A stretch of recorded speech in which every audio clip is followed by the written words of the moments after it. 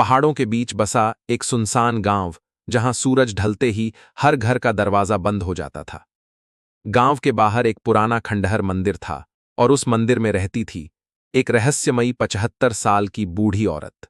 लोग कहते थे वह कोई साधारण औरत नहीं, बल्कि एक श्रापित आत्मा की रखवाली करने वाली है।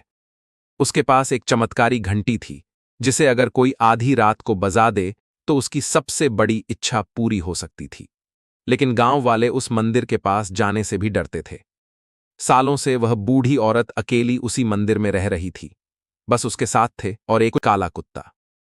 एक दिन शहर से एक युवक विवान उस गांव में आता है। वह सीधे उसी मंदिर की ओर जाता है, जैसे उसे पहले से सब पता हो। गांव वाले उसे रोकते हैं और कहते हैं, बेटा, उस मंदिर में मत जाना।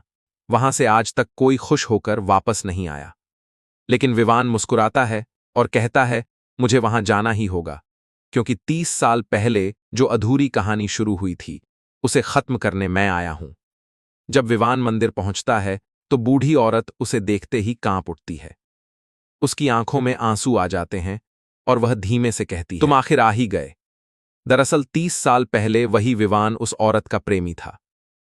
लेकिन एक दिन गांव के लोगों ने उन दोनों को अलग कर दिया और मंदिर के पुजारी ने उस औरत को श्राप दे दिया, जब तक सच्चा प्यार वापस नहीं आएगा, तुम इसी मंदिर में बूढ़ी होकर इंतजार करोगी। अब सवाल यह था, क्या सच में विवान वही इंसान था जिसका वह 30 साल से इंतजार कर रही थी?